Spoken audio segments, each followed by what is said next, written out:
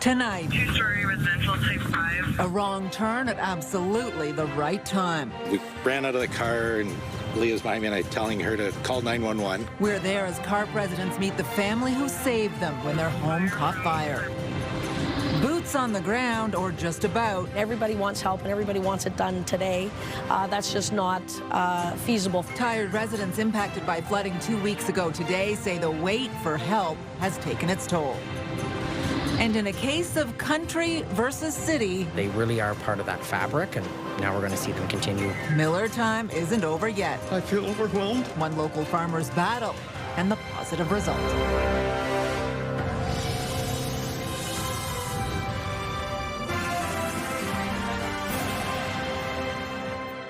Good evening. We begin tonight with an incredible story out of Carp. A family is reuniting with the people who saved their lives. A father and daughter happened to be driving by a home after making a wrong turn.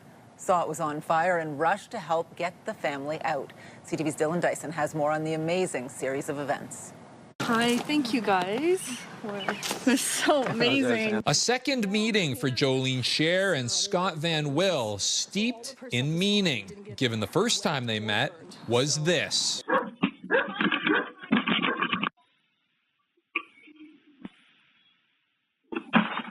You guys got a fire going right now in your house.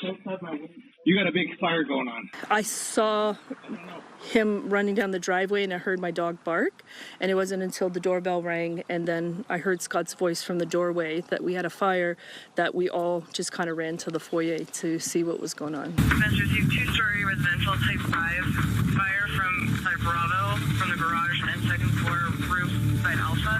Confirmed all clear, all pets and occupants out. On Monday, July 6th, Scher's home on Diamondview Road in Carp went up in flames. Very black smoke, and as we were just coming up close, there's a little flicker of fire out of the corner of the garage at the back, so we pulled over, and that's when we ran out of the car and Leah's behind me and I'm telling her to call 911. Scher, her husband, 4 kids and dog got out safely, but the home is destroyed. There's a lot of memories made there. And there's a lot of memories that aren't going to be made there, and I think that's what's hitting my older daughter. It's just that she wanted to raise her babies in that house, you know? Just that there's things that still needed to be done there. But important pieces, you got everybody here, right? Yeah, exactly. So they'll be able to have those babies. Scher and her family were saved thanks in part to a mistake by Van Will. The funniest thing was we weren't even supposed to be there because it just happened to be I took the wrong turn off the highway. A wrong turn that couldn't have been more right. The cause of the fire is still under investigation, but Scher says her family intends to rebuild because they don't want to live in a place where there aren't people like the Van Wills. 100% builds. We wouldn't leave this land and this view and this area and the people. Dyson, CTV News. More help is on the way for residents impacted by the Canada Day floods. Organizations such as the Red Cross and Samaritan's Purse are set to go into neighborhoods in the coming days, but many are wondering if the city could have brought in help sooner. CTV's Katelyn Wilson joins us in studio with more on this. Katelyn. Yeah, Patricia, the city says it took days to get a clear picture of the damage, much of it hidden inside thousands of homes after the record-breaking rainstorm. Now, as disaster relief organizations get ready to help, residents say it can't come soon enough. All the big tools and shop vacs and all of that kind of stuff, they'll all go into these box trucks, and these will be the box trucks that go out into the fields. 2 weeks after flash floods destroyed thousands of basements across the city, disaster relief organizations are now moving in. This is our headquarters here on site. This is our command post. And Samaritan's Purse is setting up base camp, preparing to field calls and send crews into some of the hardest hit communities starting this weekend after the city reached out. I got a call just over the weekend on Saturday when they said they had already a list of 200 people that felt that they were really needing some help up, that didn't have resources to get some help in. Then I said, okay, let's put this together.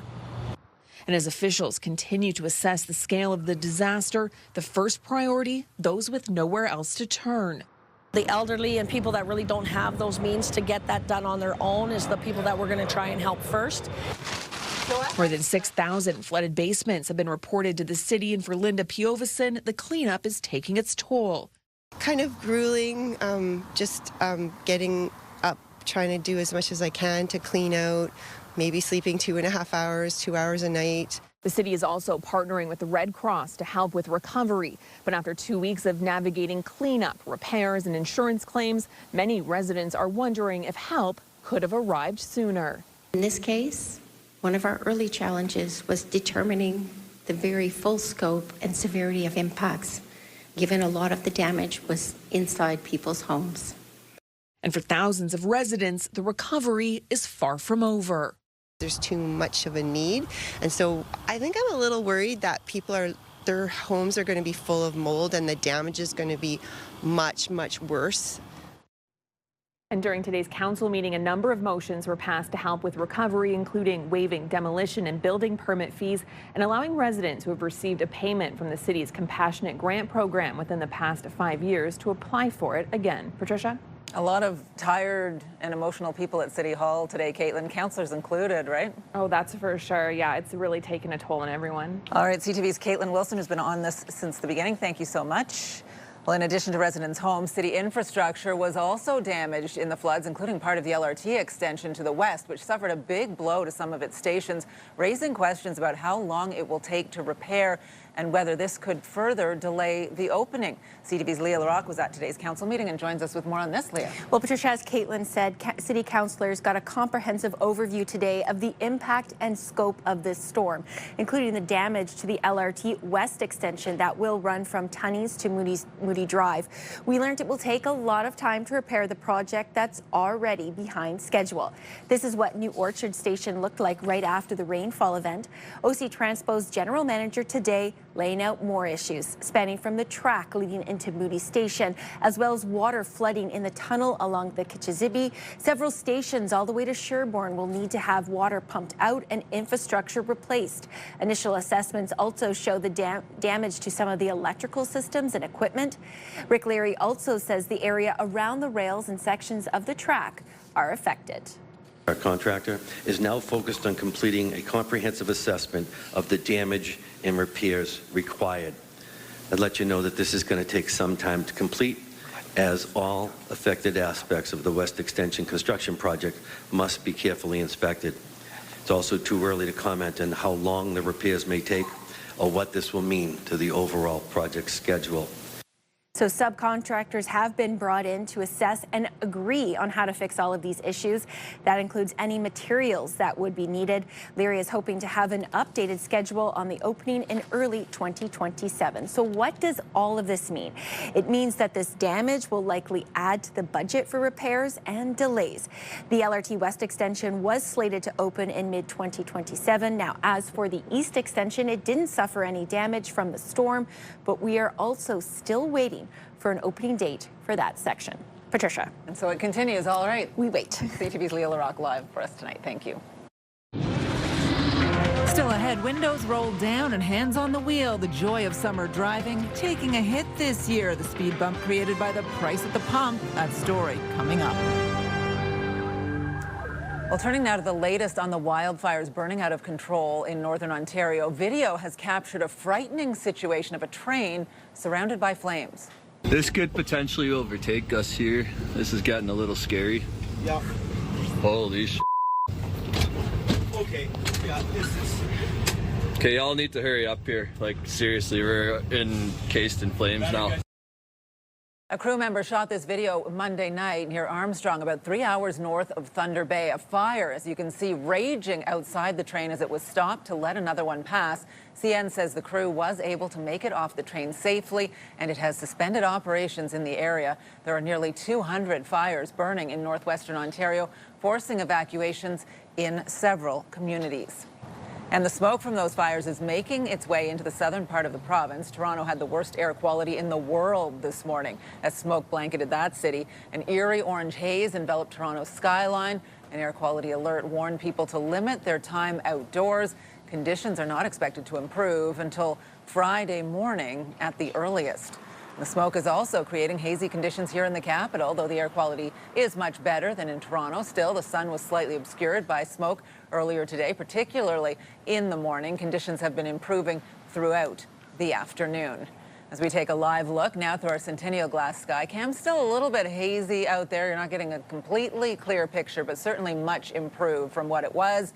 Warm but not stifling, 27 degrees out there right now. All in all, a pretty good evening for the opening of the Ottawa Lebanese Festival, which is where Jackie is for us tonight. Jackie? Well, thanks so much, Patricia. I mean, you said it yourself. Blue skies are here where we are located at St. Elias Church and Center. And the great news is that the air quality has improved significantly even from this morning. Here, as we take a look at our satellite radar, we are anticipating mainly clear skies for the rest of this evening. Keep in mind, though, very similar to yesterday, Environment Canada is calling for a risk of some thunderstorms and perhaps some showers as well. We are keeping a very close eye on this, but right now, temperatures 27 degrees here in the capital, feeling more like 30. Along the Seaway, temperatures around the low 30s, or 20s, I should say, but humidex values have it at 29. So you could already notice that the humidex levels are already decreasing. I did mention that the air quality warning here in Ottawa has lifted, but you can see much of Ontario is encompassed in this smoke. Heat warning still in place for southern Ontario. The air quality still reaching to Kingston, but Ottawa as well as the Valley, no air quality warning in place. Overnight temperatures 18 degrees, few clouds in the sky, and tomorrow a daytime high of 27 degrees. We'll get a closer look at your forecast for not just Friday, but for the weekend as well. Patricia. All right, Jackie, thank you. The city is hoping to ramp up new home construction in the capital by slashing development charges. The plan to cut those charges by more than 50% over the next 3 years, while hoping the province and the federal government will cover lost revenues. CTV's Austin Lee is in studio with more on what this could mean for home buyers. Austin. Patricia, development charges are one-time fees. They're paid by the developers to the city, and that money is used to cover a portion of infrastructure as the city grows. So think roads, transit, emergency services, wastewater facilities, all of that sort of thing. Now, those charges are set to be reduced by 54% over the next 3 years. And the idea there is that the city will be able to, with that reduction, take advantage of new funding from the province and from the federal government. Here's what it means in terms of savings for developers. For a detached or a semi-detached home inside the Greenbelt, developers will be paying more than $30,000 less on those fees, or in the suburbs, nearly $34,000 less. The idea there is that it'll help to spur the construction of more homes. About 12,000 new homes each year is what the city hopes. We're not building as many right now because prices are just too high. So builders really need that leverage to come down another $20,000, $30,000 to bring people even in to sign on the dotted line to begin with, because people aren't moving. You know, people aren't moving in and buying homes at the rate that we need them to. So therefore, they're not getting built. Now, this reduction in development charges means the city is expected to forego nearly $480 million in revenue, but that application to that new program, a joint venture between the federal and provincial governments, it's expected to cover that entire total. The question is, will these moves make any difference in terms of lowering housing prices? Well, developers are hoping that it'll increase supply, and so that could help, but some city councillors are not convinced, including Jeff Leeper, who says this likely won't have an impact on housing prices. Back to you. All right, thank you, Austin. And we have extended coverage of Council's decision to cut development charges. There are more stories online at ctvnewsottawa.ca. Well, questions about safety in the downtown core are back in the spotlight tonight after back-to-back stabbings in less than 24 hours. Police are stepping up enforcement and boosting visibility in the Byward Market area, but many wonder if that is enough to solve this issue. A woman was found with stab wounds in the area of Rideau and Cumberland Streets yesterday afternoon, and Monday night a man was stabbed during an attempted robbery at George and Dalhousie Streets. CTV's Tyler Fleming joins us in studio with more. Tyler. Patricia, police say neither event appears to be random, but for residents who work, live and visit the area, the violence only adds to a growing perception. Downtown and the Byward Market are not safe. Overall, James Saunders calls Ottawa a safe city, but when it comes to the Byward Market, this area here is where I don't feel the safest, and this is where I live. He says open drug use and people in crisis are now part of daily life here. You get sworn at, all kinds of foul language. And while he doesn't blame those who are struggling, he says more support is necessary. More community work, more interference, if you want to use that word. His concerns come after back-to-back stabbings this week. Monday night, a man was critically injured near George and Dalhousie in an attempted robbery. Then on Tuesday afternoon, a woman in her 20s was seriously hurt near Rideau and Cumberland. Currently, the investigation is ongoing. No arrests have been made. The violence also follows a fatal stabbing outside the doors of the Rideau Centre in February. However, police say the incidents do not signal a growing trend and that these are rarely random attacks. This isn't somebody down having dinner that's become a victim of a stabbing or an assault, which I think people should take some comfort in. Although these are serious and we are taking them very serious, they are not random attacks. But still, if I were to go downtown at certain periods on certain days, there's definitely, I wouldn't want to be alone sometimes. Since May, police have been boosting visibility in busy downtown areas. This past weekend, carrying out dozens of enforcement actions. Making people feel safe, but also be safe. And that's our approach right now. Still, some say enforcement alone is a Band-Aid solution to a much deeper problem. If a person is walking around with serious problems and you recognize them, you know they're there, take them in and get them help, period. Police say they're committed to engaging with community partners and maintaining an increased presence around downtown and the Byward Market in an effort to improve overall safety. Patricia. CTV's Tyler Fleming reporting live for us tonight. Thank you. Well, turbulence could be ahead for thousands of airline passengers. WestJet flight attendants could walk off the job ahead of one of the busiest travel weekends of the year. They voted more than 99% in favor of strike action, meaning more than 4,400 workers could hit the picket lines as early as August 2nd, which falls on the long weekend. If that happens, up to 75,000 passengers per day could be impacted. I mean, I do understand it's frustrating for some travelers, but it's important for everybody to get fair pay. If they're on that plane and they're working, they should be doing their job and getting paid whether they're on the ground or in the air. The union says the main issues are wages, unpaid work, and working conditions. WestJet CEO says he thinks the two sides can reach an agreement to avoid a strike. A big victory at City Hall today for a well-known Manotick farm. City Council unanimously approving a proposed compromise zoning solution for Miller's Farm, resolving a long-running dispute between the owner and the city over activities on the property. Some things, such as the topsoil business, will need to move off the farm, and there will be a cap on the number of vehicles, but Miller says he will be able to stay open for business. I feel overwhelmed. Thank you to Councillor Dave Brown and all the councillors. Another generation can carry on. Thank you to all my friends that came to support me. We have to make a few changes, but that's okay. We can live with it. We always have to have changes in life, and that's okay. Bigger than just a business in Manotick and Ottawa. They really are part of that fabric, and now we're going to see them continue into the future. The adjustments will need to be made by November. We now know who will be facing off against Spain in the World Cup final. Messi. Oh, and England are in trouble. Messi with the assist in extra time to give Argentina a 2-1 win and a thrilling last-minute victory over England. The result sparking celebrations from Argentina fans right here in the capital.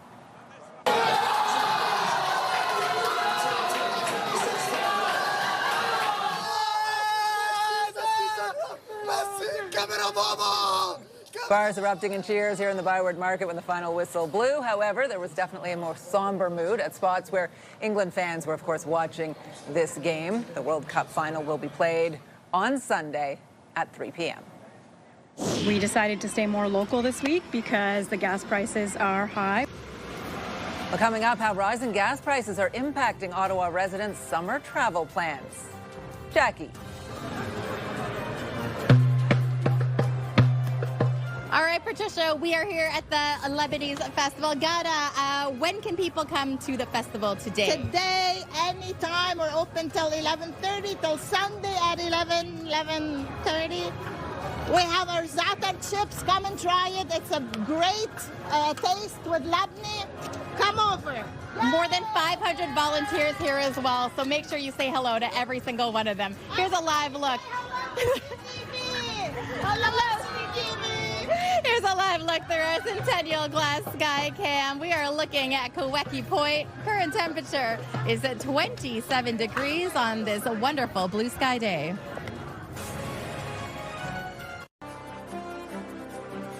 Well, taking a look at the roads on your Wednesday, a fairly typical commute this evening. Some slowdowns in the usual spots, westbound Parkdale, Churchill, Woodruff area. You may slow down just a bit. And those drivers and any drivers out on the roads today are having to pay more to fill up the tank. Gas prices jumped around 8 cents overnight and are expected to climb even higher in the coming days. This comes as a new survey shows many are feeling the impact and changing their summer plans. Here's CTV's Peter Sperling. Making summer memories. The museum was really fun. Hudson Clark visiting the Canada Science and Technology Museum with his sister and mother Eva. We decided to stay more local this week because the gas prices are high, and then we were taking advantage of the Canada Free Pass to enter the museum to try and save on some costs because everything now is super expensive. The rising cost of gas has many watching their wallets and rethinking summer travel plans. We definitely changed our plan. We were hoping to travel a little bit further because we have the week off, but we're going to be very mindful about where we travel and how we plan those travels so that we can save on gas. She's not alone. A new CAA survey finds Ontario families are feeling the impact of higher gas prices. It's not just about filling up at the tank, it's about their overall affordability and household budgets. And according to CAA, nearly 7 in 10 Ontarians aged 35 to 54 say gas prices are affecting their recreational activities and vacation plans, with many scaling back or rethinking how they spend their time off. Now at the pump, many drivers not surprised by the survey results. No, I'm not surprised at all. People are staying closer to home, what I'm hearing. That is surprising because, depending on where they're going, for us as Canadians, driving's the norm. It's so expensive. Gilles Rosen still going ahead with a road trip to PEI later this summer. Well, we're using my wife's car, so it's cheaper on gas. But back at the museum, It's just been a great week for me. Peter Sperling, CTV News. Well, after last night's storms, the sunshine has returned to the capital. Still a little hazy today over at Britannia Beach, but certainly better conditions than yesterday. Many getting outside to enjoy the hot weather, windsurfing and swimming at the beach. And I'll tell you, a place where they always enjoy themselves is at the Lebanese Festival. It's such a great party, which is where Jackie is for us tonight with the forecast. Jackie? That's right, Patricia. Events already getting underway. It is the 36th Ottawa Lebanese Festival, and we will be talking to one of the organizers in just a bit. But yeah, you said it. The temperatures here and the conditions, pretty fantastic compared to what we were dealing with yesterday. The air quality, so much more improved than what we did see yesterday. Right now, we are at a low risk, dedicated to around 2. Now, 27 degrees is the current temperature. We didn't quite hit the daytime high of 29, but you will notice that the winds are much cooler. The air is much cooler as well. The humidity levels not quite as strong as what we had earlier this week. So a heat warning still remains in place for Southern Ontario, but you can see most of the province, the air quality warning is still in effect. A closer look at Eastern Ontario, the air quality warning in place for the Kingston area, Belleville area, but there is no air quality warning here in Ottawa or in Pembroke as well. Now, right now, temperature-wise across the country, it's already in the mid-20s for Fredericton and Halifax. They're starting to get the warm-up. But much of the heat is still focused in the Midwest, where it is still affecting Windsor, Toronto, where temperatures are about 31 in Windsor, 27 in Sudbury. It's 28 in Thunder Bay, and Winnipeg still with a 25 temperatures. Now, there is a bit of a warm-up in the prairies as well, 26 in Saskatoon and 27 in Edmonton, 24 degrees in Vancouver with mainly sunny skies. Even Yellowknife is experiencing this heat as well, temperatures at 25 degrees. Now, back here in our region, temperatures overnight lows going to be a cool, comfortable 18, 19 degrees along the Seaway, 17 in clear skies for Ottawa, 13 in Bancroft, and 19 in Montreal. As we look toward the daytime highs, we're going to see another 26-degree day. Yes, there is a low chance that we could see a risk of thunderstorms moving through in the afternoon. We'll get to that in just a bit. Along the Seaway, about 28 to 26 degrees. Now, taking a look at what we can expect for tomorrow, we have 7 a.m., 18 degrees, will feel like 27. By the noon hour, it will be 23, but with wind gusts 40 to 60 kilometers per hour will persist throughout most of the afternoon. You'll start to see that even the humidex levels will lower, so by the time 8 p.m. rolls around, we won't have much in terms of humidity. Now, I did mention the rain, potential rain coming through. This will likely be around the noon hour where we could see pop-up isolated showers. This will carry on into about 4 p.m. and it should be cleared for Thursday evening. Now here's a look. There are Davidson Hearing Aid Centers celebrating over 80 years in family business. Our 7-day forecast, 26 degrees Thursday. Chance of showers for the mid-afternoon to early evening. Friday, lots of sunshine in store, 27 degrees. That will only be our sunshine day because Saturday and the rest of the week looks like we're seeing the return of some rain. And CTV and Move 100 will present the $15,000 comfort heist. Items from Lazy Boy, Ottawa, Gatineau, and Kingston have been stolen, and it's up to you to track them down.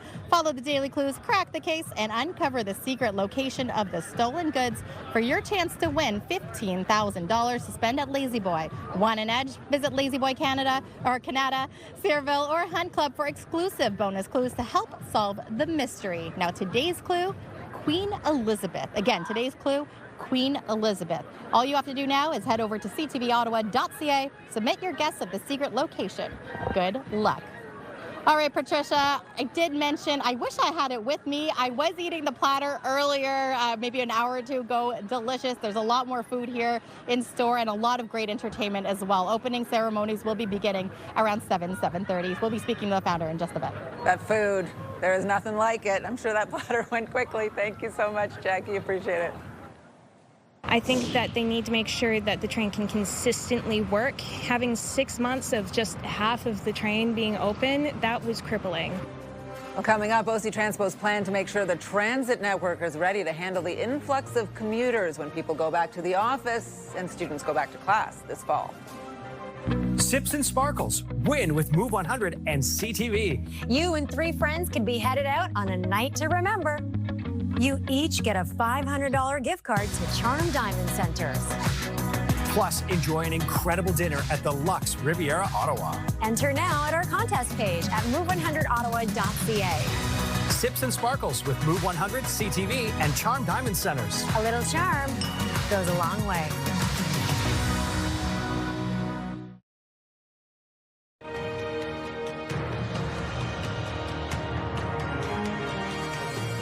Well, many commuters already have doubts about the city's transit system, and things are set to get busier this fall with public servants now back to the office 4 days a week and students heading back to class. But OC Transpo says it's ready and has a plan to make sure people can get where they need to go. CTV's Kimberly Fowler has the details.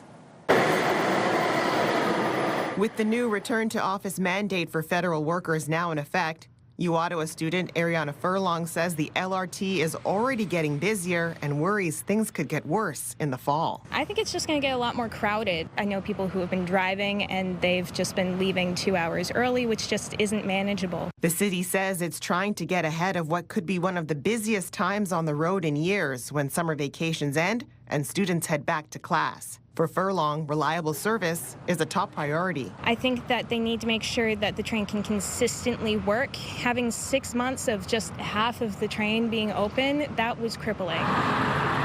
OC Transpo has a nearly $30 million plan in upgrades, including increasing frequency on LRT Line 1, beefing up bus service to some key commuting hubs, and improving schedule reliability on 30 of the busiest bus routes. It's also adding more express buses from the west to areas such as the Department of National Defense campus on Carling, where concerns have been raised about parking and a lack of transit options.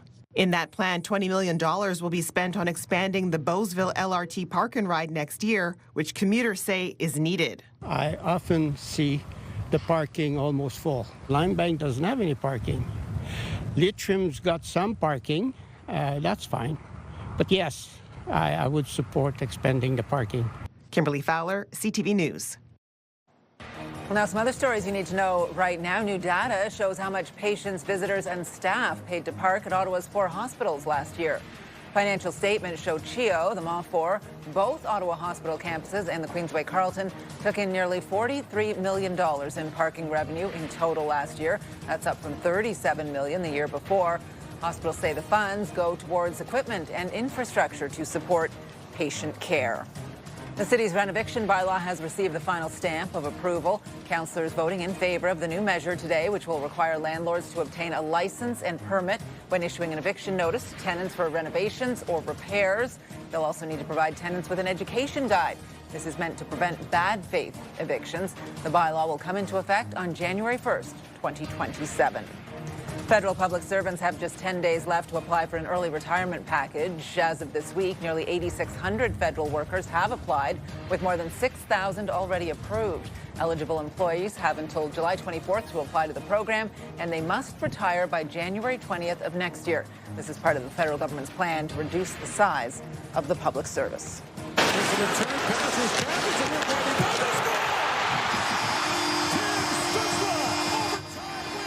Ottawa Senators fans will want to mark this in their calendars. The team now has a date for its home opener. The Sens will face the Philadelphia Flyers for their first home game of the season at the CTC on October 8th. The full 2026-27 NHL season will be released tomorrow afternoon, and the Senators say tickets to that first home game will also be available tomorrow. Doesn't really feel like hockey season tonight, though, as we go back to Jackie at the opening night of the Ottawa Lebanese Festival, where I'm sure it smells delicious and everything looks really, really good. Jackie? Well, thanks so much, Patricia, for, yes, we are here at the Ottawa Lebanese Festival, and we are catching some shade from the sun. So, yes, if you're thinking it's too hot, there's this wonderful tent that is going to keep you shaded and a place to enjoy the food. Joining me now, we have George Hanna here. You are the chair of this festival. It is the 36th season. How excited are you? What's different this year? I'm very excited. I'm very excited to be back at the Ottawa Lebanese Festival, to see all these people, to see all these wonderful volunteers, over 400 volunteers that come and make and put together the Ottawa Lebanese Festival and make it alive like it is today. What's new this year? You see this big tent that we've got in here. We've added more capacity so that people can be in the shade, or if it rains, because we've been having some crazy weather days, but we've added more seating underneath a humongous tent. And we've got a lot of new food items that we've introduced to the Ottawa Lebanese Festival. We've got Lebanese ice cream. What does that entail? What does that taste like? Well, it's sort of like vanilla ice cream, but it's got its own little twist to it. But what I really like about it is the texture of the vanilla ice cream. It's of the Lebanese ice cream. It's called Asha ice cream. It just sort of becomes a bit more like, it stretches, sort of like mozzarella cheese. So that's really delicious, and should come out and try that. We've also added something called like a suja shawarma. What is suja shawarma? It's like a spicy beef shawarma, and we've got it on the spit this year, so we're quite excited about that. And there's a lot of new other food items too. But you know what? I think everybody needs to come down, check out what new food items we have, and enjoy the Ottawa Lebanese Festival. I mean, I like the classics. I usually get the platter. I got the grape leaves earlier, delicious. But you also want to cap off the day with a little bit of the jalab. Tell everyone what the jalab is quickly. The jalab, there it is, right over there. So that's a traditional Lebanese fruit drink. It's made with, you can see it there, they add it with pine nuts, and they've got carrot, carob dates, grape molasses, and rose water to it, and then topped with almonds. It is delicious. That's available in the dessert tent. I love that. Well, thank you so much, George, for taking the time. I know that you have the opening ceremonies to get to, so we are going to let you go, so I really appreciate it. Thank you so much. Again, opening night is tonight, open until Sunday, and tonight, Carl Wolf hits the stage. At what time? Tonight at 10 p.m., Carl will be back. All right. Patricia, we'll take it back to you in studio. Great tradition here in Ottawa. Jackie, thank you so much. Well, coming up, the Bank of Canada announces its interest rate decision and shares what it expects when it comes to inflation in this country. Get the latest live local breaking news. Sign up now for our morning and evening CTV News Ottawa newsletter. The best local content from CTV News, Your Morning Ottawa, and News Talk 580 CFRA. Get it all in one place. Sign up now at ctvnewsottawa.ca. The CTV News Ottawa newsletter is brought to you in part by CAA Business.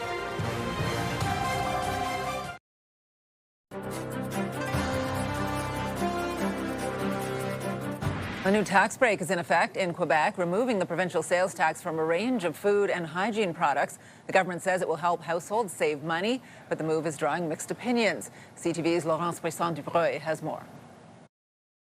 The savings may be small, but they start today. The more the better. I think it'll help everybody. especially low-income families. Every little bit helps. Quebec is no longer charging QST on a list of products. It includes toilet paper, some snack bars, prepared fruit and vegetables, and individual baked goods. But behind the scenes, the change is keeping some smaller grocers busy. In-store, John Esposito says thousands of products have to be reviewed and recoded. It's bad for the small retailer who doesn't have somebody in the IT that can do all this. We're fortunate enough we have somebody. While some products are clear-cut, others fall into a grayer area. Take, for example, peanuts. Salted, QST-free. Barbecue, also QST-free. Candied, you still have to pay the tax. It's a very big job because it's only certain items. Certain items are taxable, certain items are not taxable. So it's like pick and choose. So you have to go through the whole list. The province estimates the measure will cost $100 million a year, and the average household is expected to save about $50 annually. Not everyone is convinced that will make much of a difference. Food still remains very expensive compared to just a few years before. The bill increased, I think, quite a lot, about 20-30%. Quebec's premier says including single-serving items will help people who live alone. We are helping them to reduce the pressure that is put on their budget. But food researcher Sylvain Charlebois argues all ready-to-eat counter options like salads and sandwiches should be on the list. Those taxes will discriminate against people who live alone, seniors as well on a fixed income. I think the measure could have gone much farther to actually make a real difference. Esposito also questions who decided which products made the list. We know what people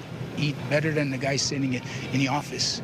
You know, we're on the floor. We see what people buy, what people eat, what people like. Laurence Brisson-Dubreuil, CTV News. Well, turning now to today's top financial stories, the Bank of Canada deciding to hold its key interest rates steady again. BNN Bloomberg's Marilla Fernandez has more on that and the looming strike by WestJet flight attendants. More than 99% voted in favor of a strike, which could happen as early as August 2nd. WestJet has 4,400 flight attendants. The union that represents them says flight attendants do about 35 hours of unpaid work a month, and that wages aren't keeping up with inflation. Both are issues on the table. WestJet CEO says the airline is determined to reach an agreement with workers. Here are the closing numbers for the day.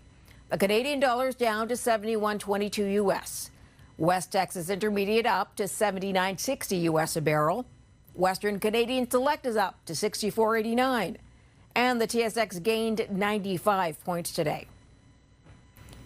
Those are your business headlines. I'm Marilla Fernandez. The scammers are using the names of celebrities, which is just absurd. Well, still to come are the online reviews you see from products, all from real customers. It turns out many are likely fake. That story just ahead.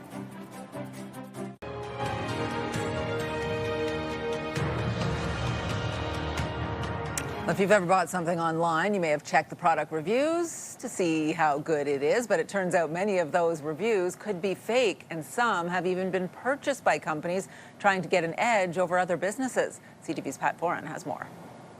The fake review problem in general is so much worse than most people are really aware of. Kay Dean is a former U.S. federal investigator who founded Fake Review Watch. She contacted CTV News after she noticed fake reviews being posted for a Toronto window company. Whoever was posting them was using the names of famous actors who don't even live in Canada. The scammers are using the names of celebrities, which is just absurd. Bruce Springsteen, Tom Hanks, Lauren Bacall. It's an obvious red flag if you see that Jack Nicholson, Denzel Washington, Matt Damon, Julia Roberts, or Al Pacino all took the time to leave reviews about windows and doors. CTV News contacted the business, which claimed, "Our window company has never instructed, authorized, or knowingly engaged anyone to post fake reviews or create fake business listings on our behalf."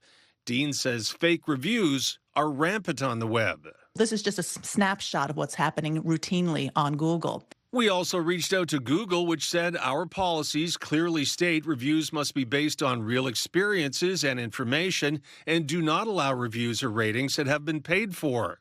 But this has definitely impacted my business. And as well, well as other businesses in the area as well. A man we'll call John asked us to shield his identity. He owns a computer business in the Toronto area and says his main competitor is using fake 5-star reviews. He says he's losing customers and that Google should crack down on fraud. At the end of the day, when a business is buying reviews to outrank visibility against competitors in the area, that's just unfair. Dean says Google is making money on fake reviews and needs to do more to stop them to create a level playing field. My advice to consumers is go back to the old tried and true method of getting your information by word of mouth, not to rely on reviews. Pat Foran, CTV News. Well, coming up, 2 soccer stars are set to meet on the pitch again in the World Cup final 2 decades after a chance encounter. Jackie. Well, thanks so much, Patricia. I'm with Sophie as well as Judy. How long have you been volunteering for the Ottawa Lebanese Festival? This is my 4th year volunteering. About 2 years. And what keeps you coming back every year? For me, it definitely helps me feel connected to the community, and it's honestly so much fun, and I enjoy helping out. Yes, and there's some amazing people, too. I've got Sonia here. You have a message for everyone at home? You have a message for everyone at home? Come to the Lebanese Festival. You're going to have great food and a great time. And that's the food right there. Here's a live look through our Centennial Glasses Sky Cam showcasing downtown Ottawa. Current temperature 27 degrees.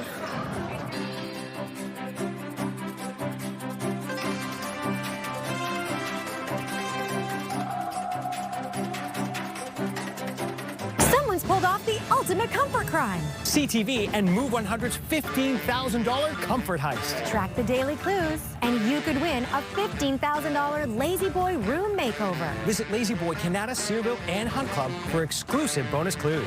Want to be sitting pretty? Submit your daily guess at ctvottawa.ca or move100ottawa.ca. CTV and Move 100's $15,000 comfort heist. Brought to you by Lazy Boy, Ottawa, Gatineau, and Kingston. Comfort that fits your life.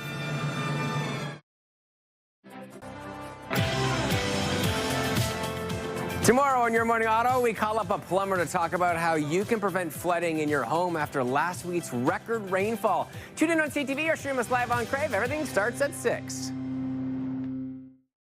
Hairstyles, courtesy of Salon Fiorella.